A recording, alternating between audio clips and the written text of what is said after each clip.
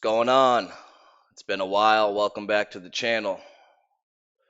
Been applying for jobs like crazy as the economy continues to shit on itself. But other than that, been active, been doing some CTFs, and today we're going to go over Sunday. Now, it is an easy machine. However, if you were to check like a walkthrough or something, it's actually a little bit more difficult than that. It is kind of a medium machine, and they updated the paperwork or the walkthrough here to um, go alongside that. I want to go over some things about what we're going to actually be experiencing here on this machine. And so it's going to be basically, we're going to be looking at this, which I can't fucking see. So I should bring that up actually.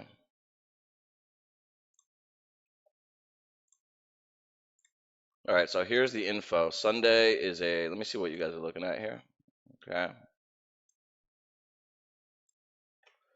Sunday is a fairly simple machine, however, it uses fairly old software and can be a bit unpredictable at times. It mainly focuses on exploiting the finger service as well as the use of weak credentials. Related Academy modules for enhancing skills before coming here, Nmap, Hashcat, brute forcing, broken authentication, attacks, introduction to networking, and footprinting, and of course, Linux fundamentals. All right, let's go ahead and get started here. Machine should be up.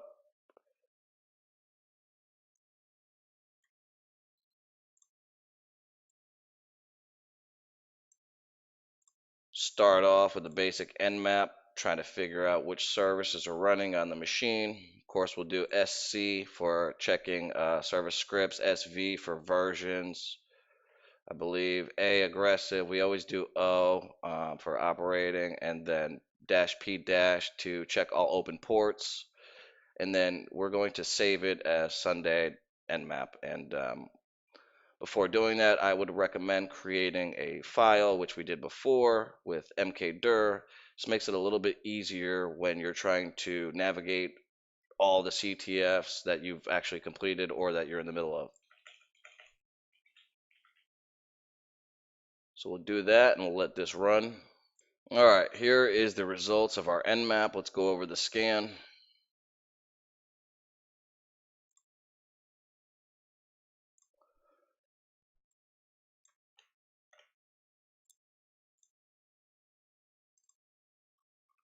So upon scanning and taking a look at this Nmap here, we've got a list of ports open, 79 running finger, Sun Solaris. We have 111 running RPC bind. We have port 22022 open via SSH and 37308.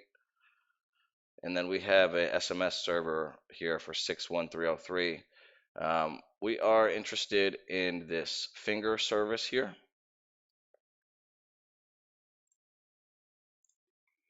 Now, if you're unaware of what the finger protocol is, let's go ahead and take a look on Wikipedia here. And computer networking finger protocol uses information protocol, simple network protocols.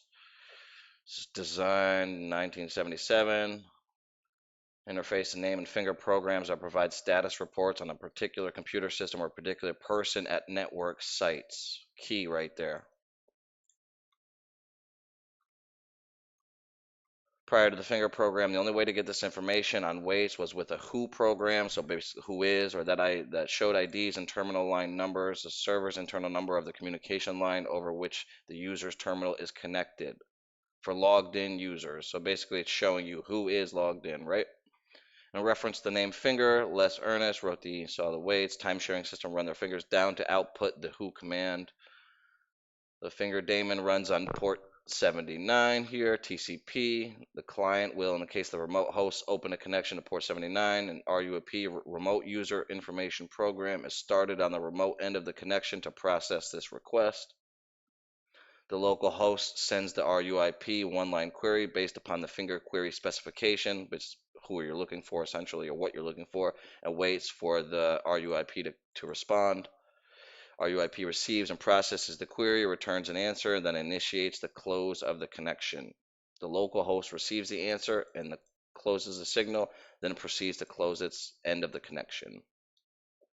So let's take a look at the security concern here. Supplying such detailed information as an email address and full names was considered acceptable and convenient in the early days of networking, but later was considered questionable for privacy and security reasons. Finger information has been used by hackers as a way to initiate a social engineering attack on a company's computer security system. By using a finger client to get a list of companies' employees' names, email addresses, phone numbers, and so on, we can call or email anyone in the company requesting information while posing as another employee. So this is a good way to do social engineering if this is still being run on a system.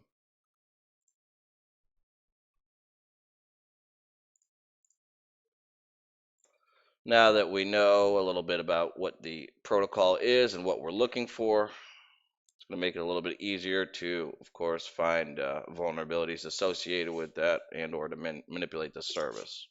Right off the bat, we try to SSH in and the connection is refused. We're going to have to download sec lists so that we have a word list to use when we finger the service.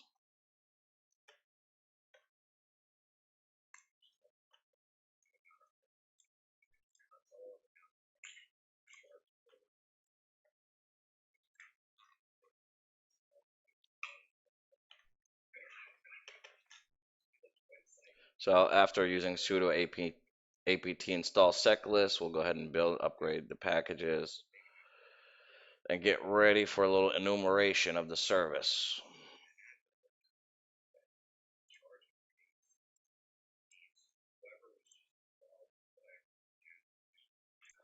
We'll go to the Git here and try to continue to install this as we're having a little bit of an issue, not really a big deal.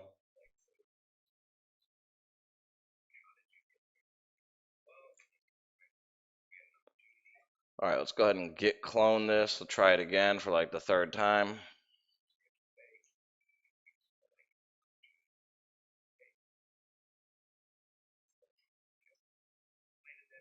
Now that the nmap is done, we've got our sec list. I want to go over here about how we're actually going to enumerate this finger service. Right now, we go to Pentest Monkey. We can find a little bit of information here. Username guessing tool primarily for use against default Solaris finger service. Also supports relaying of queries through another finger server. And it will tell us here overview, enumerating OS level user accounts, as we just mentioned. There's a standalone Perl script, which is hence the .pl that we'll see when we go back to our terminal. And so installation is as simple as copying it into your path, user local bin, blah, blah, blah. Usage here, finger user enum simply needs to be passed a list of users and at least one target running a finger service, right? Right here. So usage is, this is going to be the command we'll use, finger user slash enum.pl. Usernames, user.txt, so we'll need a txt file, and it will try to resolve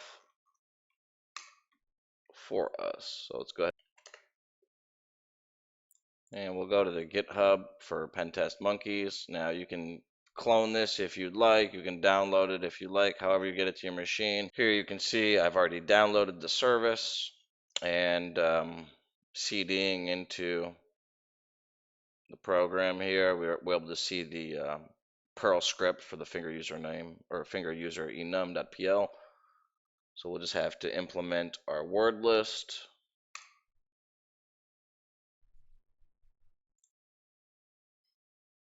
Okay, upon running, let's see, we're not getting much information as of yet, but it is working. Let's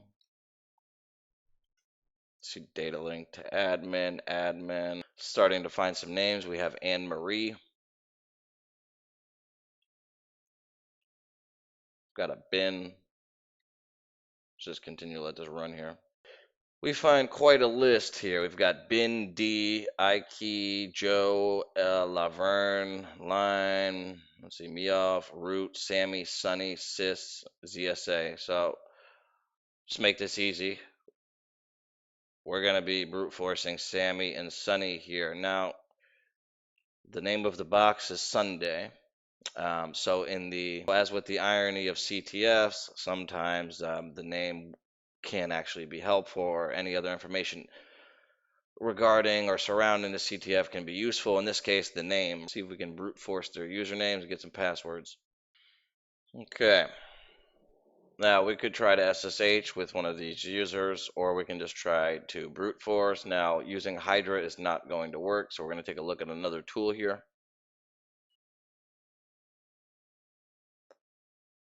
That tool is Patator.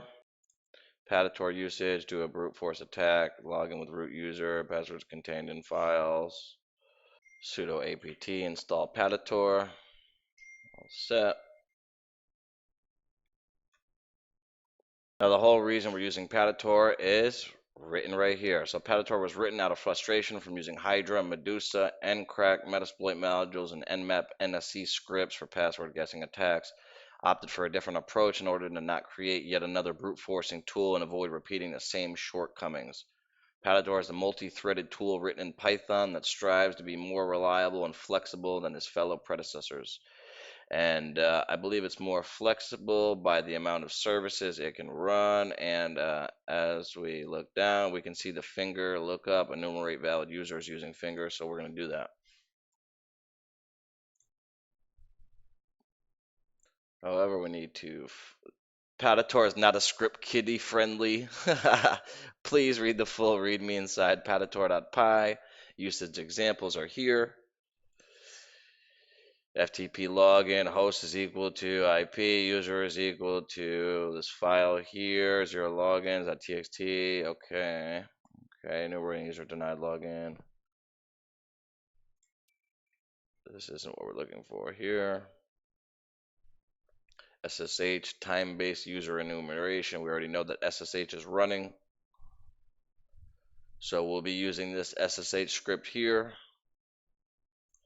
And basically we'll have to implement IP. I believe we want to change file or login, but we're going to have to choose our password file, I believe. We'll have to see. I don't remember. HTTP. All right, let's go ahead and type in this Patator command here. We'll do Patator SSH login. We'll be brute forcing. Host is equal to our IP of the target 10.10.10.76. Port is equal to 22022. Now for the password file, we're going to be using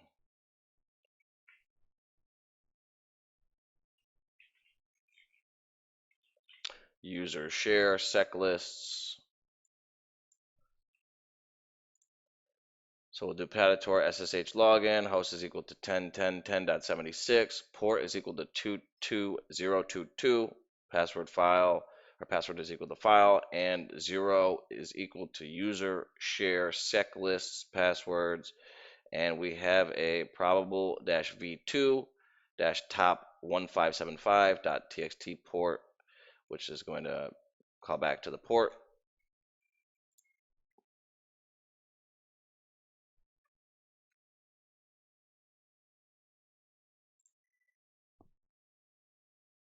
And we're going to set persistence to 0 here.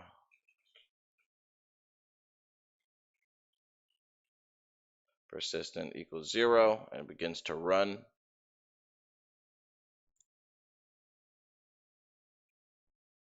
Looks like I forgot to say the username. So the username is equal to Sunny. Now it has a name and it can begin brute forcing, right?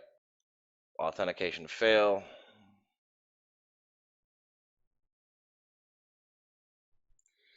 All right, so whatever that word list we're using is shit.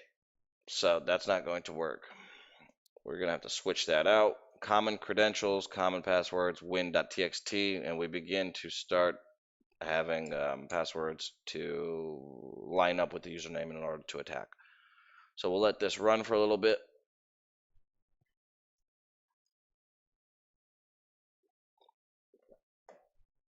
Upon finishing the scan, you will see that the password for Sunny is Sunday.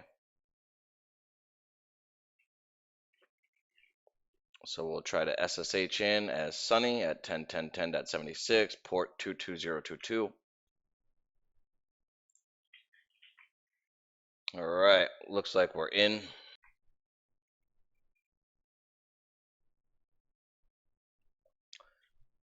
Upon doing sudo-l to check the list here, we have the following commands can be run by the user Sunny on Sunday. So we have root troll as a directory. Let's go ahead and cd to this root troll, permission denied. Okay.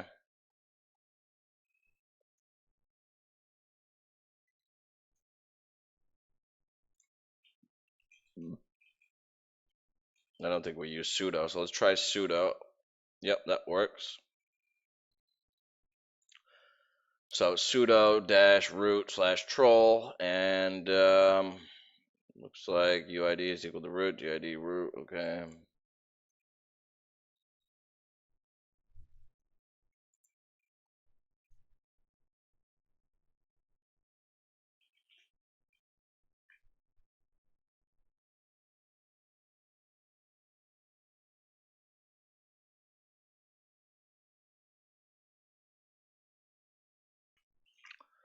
CD into the backups, see if there's anything of use here.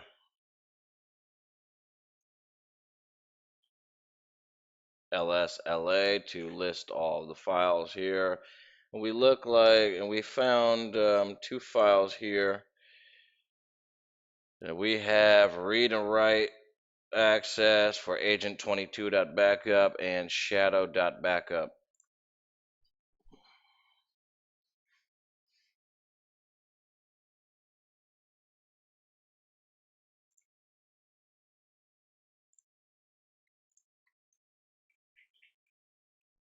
Go ahead and cat agent22.backup.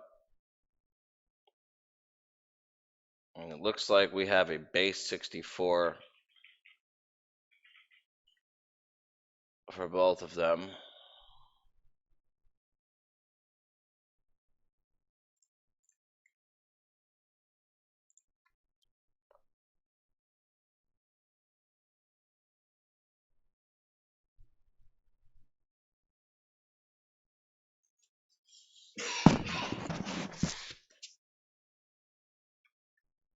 Okay.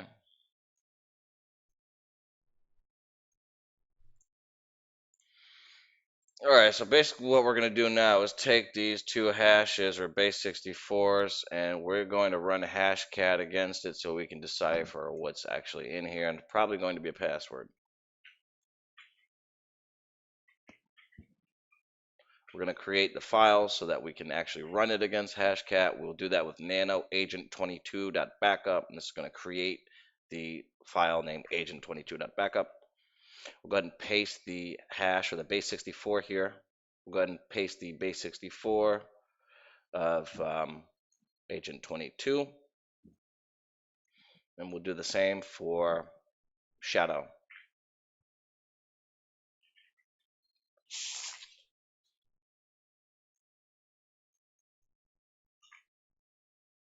For those unaware, we're going to be using John the Ripper to brute force this. Let's go ahead and show you a little page of what it looks like here. This is John the Ripper, an open source password security auditing and password recovery tool available for many operating systems. Supports hundreds of hash and cipher types, and this is why we're using it for the hash, this base 64, including for user passwords for Unix, flavors, Linux, BSD, Solaris, which is we're using Solaris right now, WordPress, etc. And it comes pre-installed on Linux. If it does not, you can of course download that. After you've installed John, you can do John H for help. And it's going to tell us a bunch of parameters here that we can use.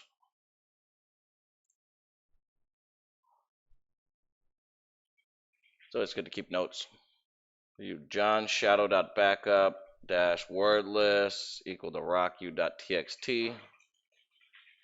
Well, of course, we'll have to use user share wordless for the full path. I believe we're going to have to include the IP. I don't remember.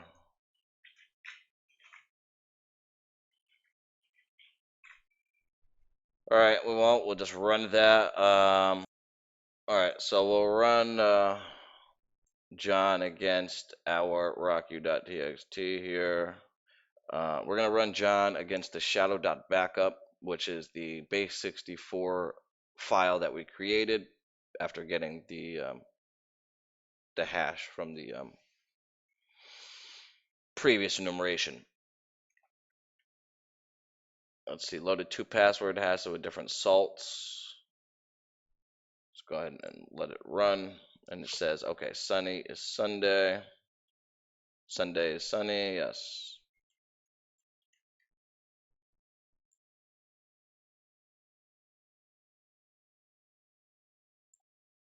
And as it continues to run, should give us another password, and it does. It says, okay, the password for Sammy is cool dude. We'll go ahead and take that and make a note of it.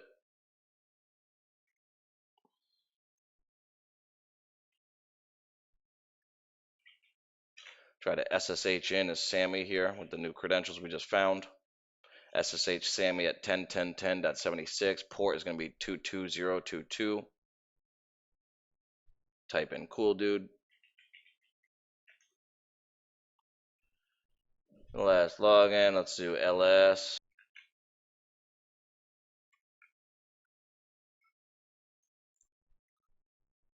Okay, let's do sudo-l. User Sammy may run the following commands on Sunday: all, root, user bin wget. Now, if we ls, move it a little fast here. If we ls, we'll get the user.txt, cat the user.txt, and we have our first flag. We'll make a note of that as well.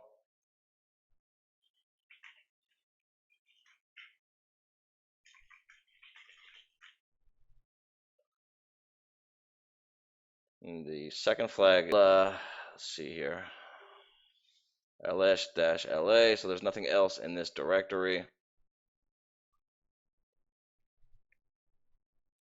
All right. So we have a flag for Sammy. However, we have no permissions on Sunny, right? So let's try to get a reverse shell. Try to get a reverse shell for the user Sunny. Now, I believe that Sunny is able to do wget, right? As we saw previously. We're going to create a file here called troll because Sunny has access to be able to change that file, right? So when we wget or download this new troll, it's going to overwrite the existing troll, and surprise, we're going to have a bin bash shell in here. So we'll start with user bin bash. So now let's go ahead and start a simple Python server so that when we are on as the user Sunny, we can download it straight from our machine and overwrite it.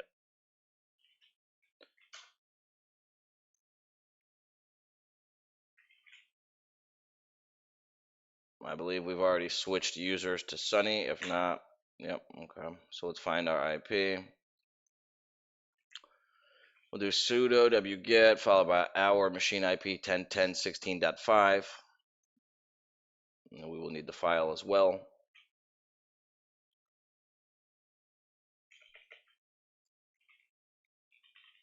Port 80 followed by troll, and I'm going to output to root troll. Boom. Appears it's been done. However, we had a problem and the terminal killed itself. So we're going to do sleep one sudo root troll, and that will sleep it for a second so we can try to open it before it closes. We'll just have to keep doing this a few times. Okay. Then we'll try wget again, and here we have our bash shell again. So at this point, we can sudo into root troll, and it says uid root, gid root, root as Sunday.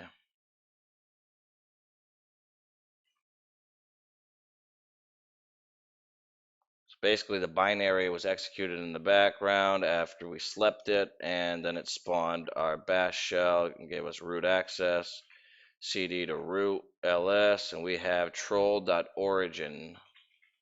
We have a root.txt as well, cat the root.txt, and we have the final flag.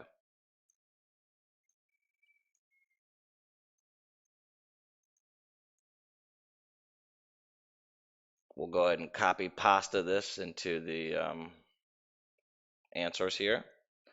Already did the first one. Go ahead and copy pasta the root flag here.